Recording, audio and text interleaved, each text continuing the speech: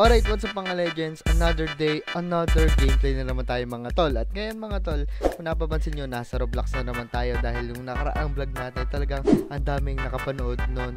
Ako kung siguro mas kilala ang Roblox, no? Pero ngayon mga tol, kung napapansin nyo din naman sa likod ko, nakalagay na dito, Don Carlos Buffet. And mga tol, tama kayo ng nasa isip. Buffet Tycoon ang lalaroin natin. At ngayon mga tol, bago natin simulan ito, please make sure to subscribe, like, and hit the notification bell para mas notified pa kayo sa mga padating pa nating videos. At ngayon mga tol, simulan na natin to. Alright, hindi ako nakapanood ng kung anong guide or anong tips sa larong ito. Pero base sa instinct natin guys, gagawin na lang natin kung ano yung dapat natin gawin, no? Unahin natin itong floor dahil nakalagay dito free. Alright, mga floor, car register. Sa una naman talaga halos lahat free syempre para makapag-ano tayo dito, no? Makapagtayo tayo ng buffet. Ang bang tawag sa ano? Parang ganun din. Kainan. Barbecue house, your income is now 6. What? Table. Siyempre ngayon, na kailangan natin ngayon is mga, ano muna, mga libre. Alright guys, meron tayo ngayong customer dito and sa tingin ko kailangan nating pindutin yung E. Alright, nakain na sila. Kahit wala tayong pader dito, okay lang. At least meron tayong customer. Ito will po sa inyo mga tol. Dahil, alright, tapos na agad sila. Kunin natin yung bayad. Okay, naka $18 tayo. And, nasan yung pera? Now I get it, man. Pupunta dito yung pera and doon natin i-claim, diba? So, sunod-sunod siguro to magkakaroon ng customer. Kaya feeling ko, mahalagang i-upgrade muna natin is stable, diba? Tama ako. Kunin muna natin yung pera. Dahil mahalaga yan, diba? Sunod-sunod lang. Sunod-sunod lang yung mga customer dito. Teknikan lang natin. Hindi natin kailangan lagi manood ng mga guide. Basic. Sunod natin is ito. Meat para mas upgrade or siguro yung wall na lang muna, no? Kasi para naman mas maging ano ba, mas maging malinis tignan yung store natin kasi syempre hindi naman pwedeng hubad na yung store natin, no? So maglagay tayo ng wall dito. Alright. Sige, merong murder. So napakabilis pala ng larong to talagang basic. Sunod-sunod yung customer dito. Wala pa tayo. Yung wall pala, ito lang. Bigay lang natin yung mga na-order nila kasi napakabilis ng pera dito. Sunod-sunod yung customer na dumadating. Hindi kagaya dun sa isa kong nalaro na may nadating pa bago sila dumating medyo matagal. Naabot sila ng mga 30 seconds. Ano kaya unahin natin? Unahin natin tong meat, tingin ko. Wait lang. Kulang pa tayo ng $5 kasi 40 atay na andun. Alright. Pagkatapos na meat, unahin natin is yung ano pang kailangan natin dito. Kasi $100 na tong table palaki din ng palaki yung yung mga price ng bawat needs dito sa larong ito, no? Kung wala ka namang gagawin, okay na okay itong larong ito kasi man, maganda ng pampalipas ng oras to. Your income is now 12. So, in-next natin dyan, syempre, pagka, natin dyan. Next na natin itong table para mas malaki income. Then, pagkatapos nun, punta na agad tayo sa walls para mas kumanda na yung ating facility dito dahil ayaw naman natin na hubad lang yung ating ating resto. Hindi resto. Hindi ko din pala alam po ang tawag dito. Basta kainan, mga tol. Basta ang ating tawag dito, Don Carlo, may number pa. 6 buffet, no? Ayan, tanggapin lang natin yung income na dumadating. $12 and 36. Masaya nila pagka natatanggap nila yung pagkain, no? Tumataas pa yung kamay. Walls ng walls. Kasi yung susunod na table, kung napapansin nyo, $360 na, masyado na yung malaki. Pag-iipunan muna natin. Asikasuhin lang natin ng mabilisan yung ating mga customers kasi para mabilis yung kita natin, no? Mabilis lang naman kumita Medyo okay, goods na to. Parang lang to fast run kasi talagang ay, naku, naapakan ko. Sige, okay lang yan. Para mas kita. Lalaki naman ang kita natin pag na-upgrade natin yan, no? So is bigyan nyo na agad ang pagkain para mas mabilis kumita lalo, diba? Ayan, nagumaga na. Tanggapin na natin to. Tapos tayo na tayong table. another table para mas mabilis yung income natin dito. Next natin siguro yung unahin natin yung mga fence para mukha namang malinis, no? Mukhang hindi ka basta masisira-sira. Uy, pwede pala tayo mag-hire ng employee dito. Sige, mag-hire tayo para hindi lang ako yung gagawa. Para mas mabilis yung natin dito, yung kitaan. Mabilisan lang to. Magkano ang employee? $200? Sige, kaya yan. Bigyan lang agad natin ng pagkain. Naapakot ko na, oh. Sobrang pagmamadali ko, oh. $72. Tanggapin natin. Thank you po sa pagkain. Ganyan lang mga tol. Easy money. Sunod-sunod. So ngayon, $253 na. $307 na. Bilhin na natin yung employee. Dahil kailangan natin siya.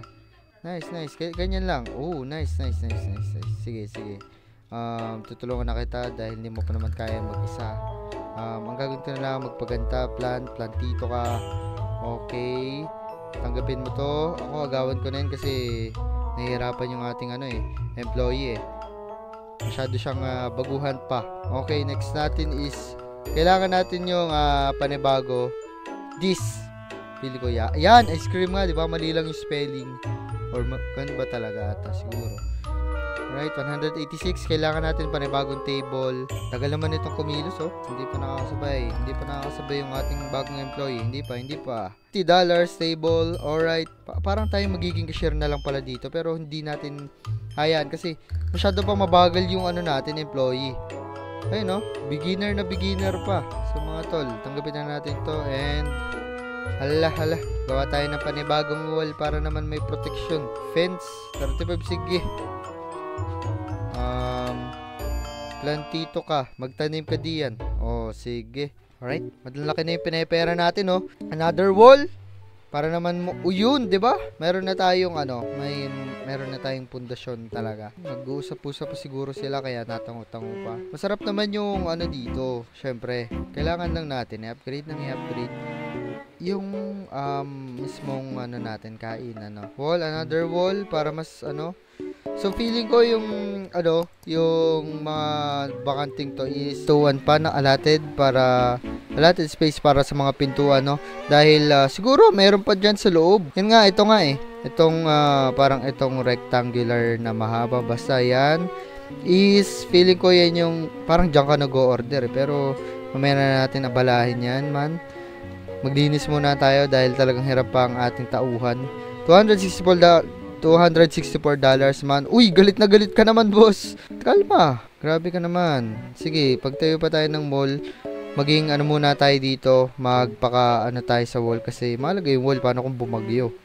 'Di ba? Pero siguro naman wala dito nun. Alright, sige, mabilisan lang na kilos. Naunahan pa kita. Ano yan? Uy, galit na galit maghagis ng pagkain. Alright guys, pens. Siyempre, uy, diba? Sabi ko sa inyo, may stair pa. Feeling ko, wag na muna. Focus muna tayo dito sa baba. No? Fence, another fence. Ano to? Roof? Sige. Kailangan natin roof. How much? $364. Ang bagal maglinis ni Kwan. Ang tagal. Tayo na mismo ang kikilos para sa atin, no? Ayun, no? Sige, nice. Naunahan muna ako doon ng isang beses. $383. Okay na, pwede natin bilhin yung roof. Alright. At kasulukuyan, medyo safe na ang ating kainan dito, mga tol. Okay. Bigyan mo na ito ng order. Tagal. Ako na. Masyadong mabagal kumilos. So, fence dito dahil wala pa palang fence dyan. Wala pang laman yung natin. Fence, stair. Kasi siguro dito yung stair na yan. Ay, kulang pala yung pera ko. Sorry, hindi ko napansin. Pwede pa ba akong umupa ng panibagong tao para mas mabilis, no? Oops! Oh, tama. Natandaan ko. Nalimutan ko pala. Kailangan natin ng table. So, mag-ipon muna tayo ng panibagong table para mas dumami palalo yung mga customers natin dito, no? Halos $500, $540 yung naandun. And kailangan natin talaga magsipag muna. Punta na tayo dito, another table. Kailangan natin kasi, mga tol, ito yung way para mas dumami palalo yung ating mga customer kasi meron pa silang upuan, diba? Okay, $90. Natanggap ko na, Imis. Imis lang ng imis. Mukhang 24/7 tong ating kainan dahil kasalukuyan. Gabi na, umaga, gumabi. Meron pa rin tayong mga customer dito. Masyado pang mabagal kumilos si boss ko. Hindi. Ako pala boss. Yung tauhan natin mga tol. Nakatunga nga pa. Hindi ko alam kung paano. And yes! Napansin ko meron ditong lights which is kailangan natin lalo na pag gumabi mga tol. Madilim kagaya ngayon. 417. Tanggapin. Alright. Ang linaw. Let's go, napapatay. Alright. Palago na palago. Man, palago na palago. Mga kainan dito sa atin. Basic. Well, napapansin ko na, bilis na din tong ating bata. Kulang. Malaking kakulangan. Almost kalahati na. Kalahati na. Tama. Alright. Sige. Bakit di ko nakukuha? Alright. Yan. Ako na. Grabe, bilis niya. Nice. Ganyan. Tutulungan na kita. Magkano na pera natin? Kulang pa tayo. Okay. Nice. Kaya lang po kayo kain. Okay, dito. Alright. Okay. 150. Sakto na to. 110. Okay. Another table. Hindi naman nagbabago yung size ng table. Ganun at ganun pa rin. Pero pamahal ng pamahal. At so, ayun mga tol. Hanggang doon na lang. Sa susunod na episode ko na lang itutuloy ang ating Buffet Tycoon. At ngayon, maraming salamat sa panonood at tinapos ng video na ito. Please subscribe, hit the like, and notification bell para mas ma-notified pa kayo sa mga padating pa nating videos. Peace out!